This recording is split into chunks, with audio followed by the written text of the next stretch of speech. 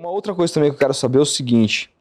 Muita gente tenta te desqualificar. Eu recebi várias mensagens hoje. Eu gosto de vocês, mas esse cara não dá. Que não sei o que e tudo mais. Por conta das suas prisões. E eu sempre respondo a mesma coisa para essas pessoas. Eu não conheço os processos que levaram o Paulinho a ser preso. Nunca li os processos, as condenações, etc e tal.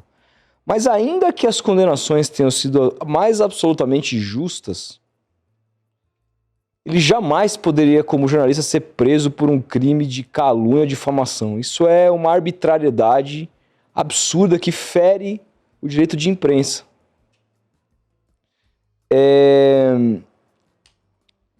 O que você hoje, agora que você vai ser pai novamente, etc e tal, como você tenta se blindar para continuar fazendo um trabalho de criar credibilidade? Porque assim, eu vou ser bem sincero, dado o trabalho que você faz, investigativo, que pouca gente faz nesse país, no jornalismo esportivo, eu acho um fenômeno muito louco, porque quando a gente conhece pessoalmente, sabe, você é um cara super educado, fala baixo, um super bonzinho e tudo mais, e eu vejo que existe um certo temor de determinadas mídias ou de canais maiores de eventualmente te contratar. O Juca veio aqui, depois que o Trajano, e falou, cara, se eu abrisse uma TV, o Paulinho seria o primeiro repórter contratado. Legal. Ele falou, você viu isso? Ele falou isso ao vivo aqui. Sim. O Juca, hein? O Juca. Eu entendo um ou outro da mídia corintiana que apoia político A, B, C e D, tentar partir para esse ad hominem, de tentar te desqualificar porque você foi preso e o caramba 4, que é o que o Bolsonaro fazia com o Lula, etc e tal, beleza. Que a política faz. Agora, o que eu vejo é que dentro da classe, também, dentro da classe nossa aqui, jornalística, também há muita resistência com o teu nome.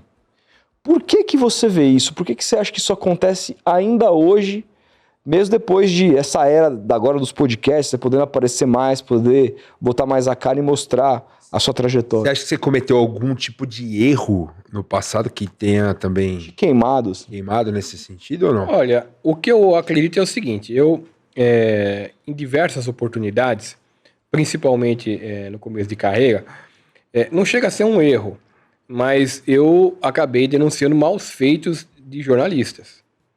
E isso, quando você incorre nesse tipo de pauta, você acaba se tornando pessoa não quista em determinados meios. Então, eu acho que eu faço eu cumpro a minha obrigação de jornalista no blog do Paulinho, denunciando o que eu acho que tem que ser denunciado, seja lá o que for. Não só na questão do esporte, porque, embora eu fale mais de esporte, e é por uma questão que eu escolhi falar de bastidor do esporte, porque eu sou bem informado em bastidor do esporte, é um diferencial. Eu falo de tudo, falo de política, falo de qualquer assunto que eventualmente as pessoas venham conversar comigo e comprovem que aconteceu alguma coisa errada e tal. Sim. Isso aconteceu muitas vezes no jornalismo. Eu denunciei, por exemplo, no começo do blog, um site que vendia... ele achacava as pessoas do esporte e se você não pagasse a mensalidade deles, inclusive era cobrado em boleto. Futebol interior. Esse site, ele esculhambava o cara. E tinha muita gente importante da mídia cercando esse site. E isso me prejudicou. Porque muita gente que está nas redações ainda hoje, quando ouve o meu nome, fica louco, entendeu? Entre outros assuntos, por exemplo, o caso do Mauro Naves. O caso do Mauro Naves, quando o Mauro Naves... eu comprovei que o Mauro Naves era sócio do Neymar e sócio do André Sanches no Paris 6, isso gerou a demissão do Mauro Naves na Rede Globo. Foi por isso? Foi por isso. Não foi pelo caso do Neymar com a Nájila lá? Não, foi o caso do Neymar com a Nájila, mas quando eu publiquei, porque o Juca republicou na sequência, que o caso do Neymar, ele segurou a informação. Uhum. Aí eu fui atrás entendeu por que ele tinha segurado a informação. Porque ele tinha a obrigação como jornalista de dar a informação. No caso do Neymar com a Nájila. E ele não porque deu ele não tem nenhuma ligação com o Neymar, até hoje a gente sabe. Então, até aquele dia. Aí eu fui investigar se o Mauro Naves tinha relação com o Neymar. Pauta da minha cabeça. Tá. E descobri que tinha. Ele era sócio do Neymar no Paris 6. Paris 6 aqui de São Paulo? São 3 Paris 6, parece que eles são sócios. Além do Neymar, o Mauro Naves era sócio do Andrés, era sócio de várias pessoas ligadas ao esporte. O que, se você for ver, eticamente falando, você falando desses clubes, é uma coisa questionável. E quando eu publiquei isso, e depois o Juca repercutiu no blog dele também... Não, desses jornalistas, quer dizer. Como? Desses jornalistas, você quer dizer? Sim. Aí o que acontece? Você publica uma coisa dessa, acontece o Mauro Naves hiper bem relacionado em tudo quanto é lugar. Tá lá no programa do Galvão, lá direto. Entendeu? Quer dizer, ESPN, né? então eu começo a mostrar coisas que a imprensa tradicional não mostra, ou por corporativismo, ou de repente porque tem medo, ou talvez porque não tem prova, né? Uhum. No meu caso eu tinha, por isso que eu publiquei. E isso acaba sendo um empecilho. Acaba sendo um empecilho. As pessoas vêm com maus olhos. Eu vou ser contratado na redação em que está trabalhando o Mauro Naves. E aí? É inviável. É inviável. Aí eu vou ser contratado numa redação que alguém já foi citado por mim. Então isso acaba tornando... Eu entendo, eu acho que faz todo sentido, mas a minha leitura, quando eu converso com as pessoas e tal, tudo mais, depois que você veio aqui, inclusive pessoas do meio, houve uma lavagem cerebral na cabeça de muita gente. Não tem a menor dúvida. Que o cara ouve teu nome e o cara fala, isso é bandido, não tem a menor dúvida. Safado. É até bom você tocar nesse assunto. Não é? Eu vou te explicar como começou isso. Em 2007, comecei meu blog no final de 2006, 2007 eu estava denunciando já o pessoal do Corinthians. E houve não tinha esses negócios de mídia digital, mídia social, nada ainda, era só Orkut que tinha e tal. E eles pagaram algumas pessoas que estavam no Corinthians para criar sites que me difamassem. Então criaram várias histórias a meu respeito que não eram verdadeiras, que foram sendo difundidas dentro do Corinthians, dentro do Palmeiras, dentro não sei do que, de que eu trabalhava amando de alguém, que o Juca Kfouri escrevia o meu blog e eu era um ghostwriter do Juca. É verdade, teve isso aí, eu lembro disso. Várias histórias que são todas mentirosas, entendeu? E isso massificou. E os seus textos são totalmente diferentes. Totalmente diferentes. Dá pra sacar, né? Escrita. Quer dizer, isso massificou na época, na cabeça das pessoas, entendeu? Então, ficou isso daí. E mais recentemente, com o advento das redes sociais, quando você começa a denunciar gente importante, esse pessoal, ele tem que te descredibilizar. É isso, cara. É isso. Então, quando eu publico uma coisa, você pode ver que logo na sequência aparece... Se alguém comentar a meu favor, então, no comentário do cara começa a falar, que blog do Paulinho... Isso aí não tem nada. Blog do Paulinho não vale nada. Blog do Paulinho... E é sempre os mesmos tipos de comentários no mesmo período, no mesmo horário, assim e tal. Porque é uma máquina de descredibilizar jornalista. No meu caso, aparece mais, por quê? Porque eu denuncio mais que os outros. O meu blog, ele é uma produção de denúncia contra... uma denúncia de bastidor do esporte que não tem comparação no planeta. Não existe no mundo um blog que denuncia mais que o meu. Com prova que não tem. Se você procurar em qualquer lugar. Existe blog que denuncia. Eventualmente. O cara recebe uma denúncia e denuncia. Todo dia eu tenho alguma coisa. Eu tenho uma produção fodida. Entendeu? É uma coisa que acaba me trazendo muitos inimigos. As minhas prisões... Cara, isso foram geradas, jornalismo na veia, né? As minhas prisões foram geradas basicamente pela pressão de pessoas que eu denunciei. Pressão no judiciário, pressão em tudo, entendeu?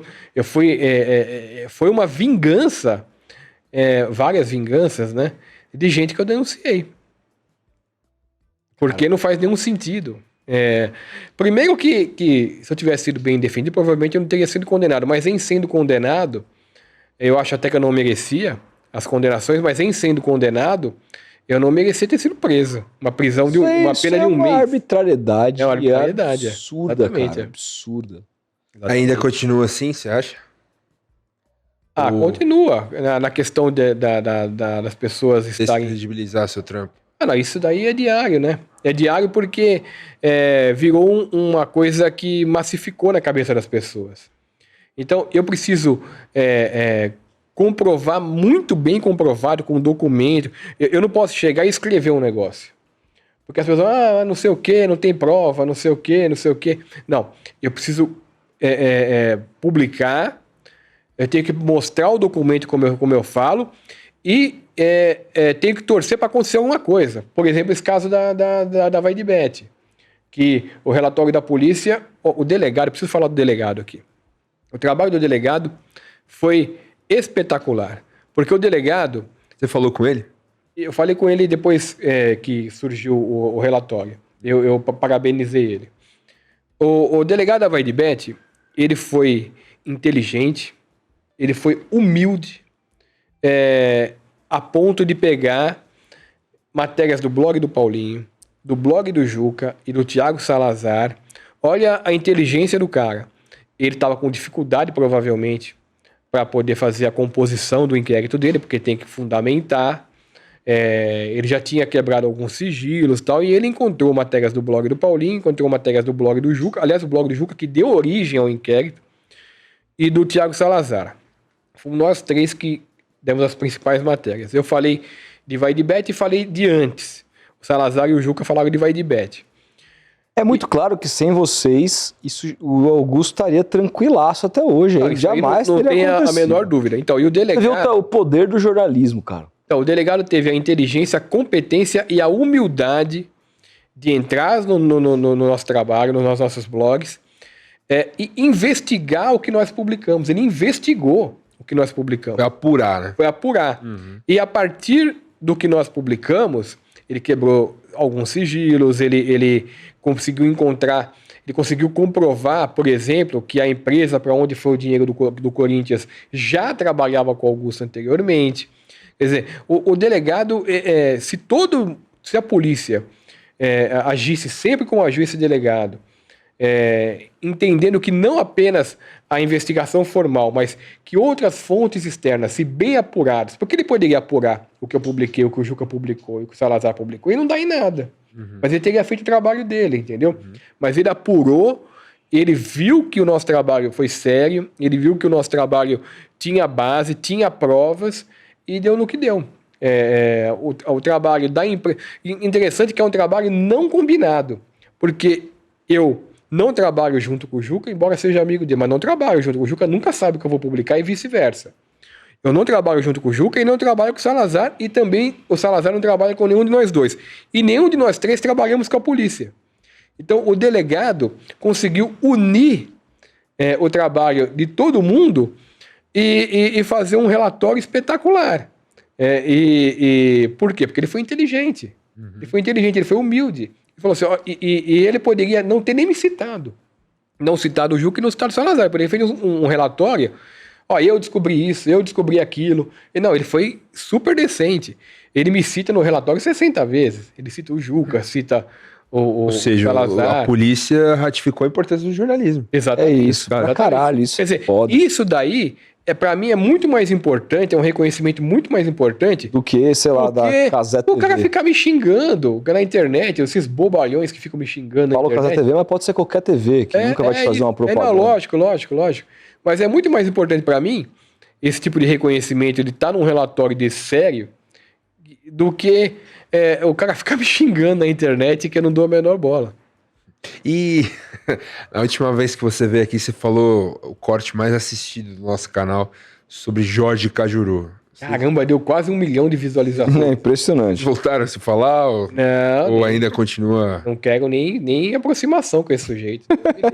Tá louco. É mesmo? Não, esse sujeito aí não quero aproximação com ele, não. Eu sei que ele ficou bem bravo. É mesmo? Ele chegou a ver? Ele chegou a ver, ele chegou a comentar com algumas pessoas que comentaram comigo. Ficou bem, disse que ia me processar, também não processou, porque tem um monte de gente que fala que vai processar e não processa, né? Uhum. E ele é um deles. Mas ele sabe que o que eu falei é tudo verdade. Eu tenho como provar, eu tenho conversa de WhatsApp minha, dele.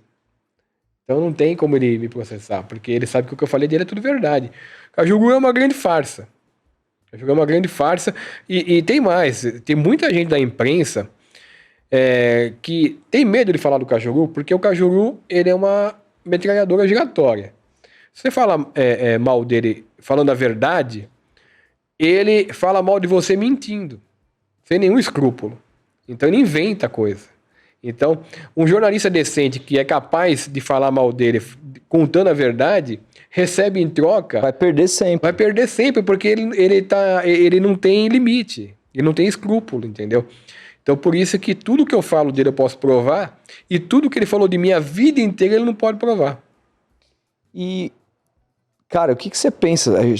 Porque me veio muito à cabeça também, quem citou aqui foi o Nico, nosso membro aqui no canal, que ele citou o Lúcio de Castro, que eu vi uma entrevista dele pro Bop recentemente, falando sobre o fato de ter recebido retaliações de grande mídia por ser um jornalista investigativo, ter mexido com o CBF. Ele fala que a demissão dele, tanto na ESPN como na Globo, teve a ver com essas questões. Você quer ver? Desculpa te cortar um pouquinho. O Lúcio de Castro, na mídia... pensa sobre o Lúcio? Não, o Lúcio é um puta cara, puta jornalista. O Lúcio, na mídia, é muito maior do que eu. Trabalhou na ESPN, trabalhou em tudo quanto é lugar. Se o Lúcio de Castro não consegue colocação na mídia, porque trabalha direito, você imagina, tá explicado o meu caso. O meu caso tá explicadíssimo, através do Lúcio de Castro. Porque o Lúcio de Castro é um sujeito que deveria estar trabalhando não em mídia esportiva. Fantástico, né? Exatamente. Fazendo matéria para pautar o país. Exatamente. O Lúcio de Castro é um sujeito desse padrão. Não, com certeza. Nesse padrão. Então, se o Lúcio de Castro ele tem que trabalhar em mídia particular, independente, porque ele não consegue espaço na grande mídia, tá explicado o meu caso. O Lúcio de Castro é muito maior do que eu. É muito maior. Se o Lúcio de Castro não consegue, você imagina o meu caso. Infelizmente... E faça um serviço assemelhado. Não vou dizer que é igual, mas assemelhado ao dele.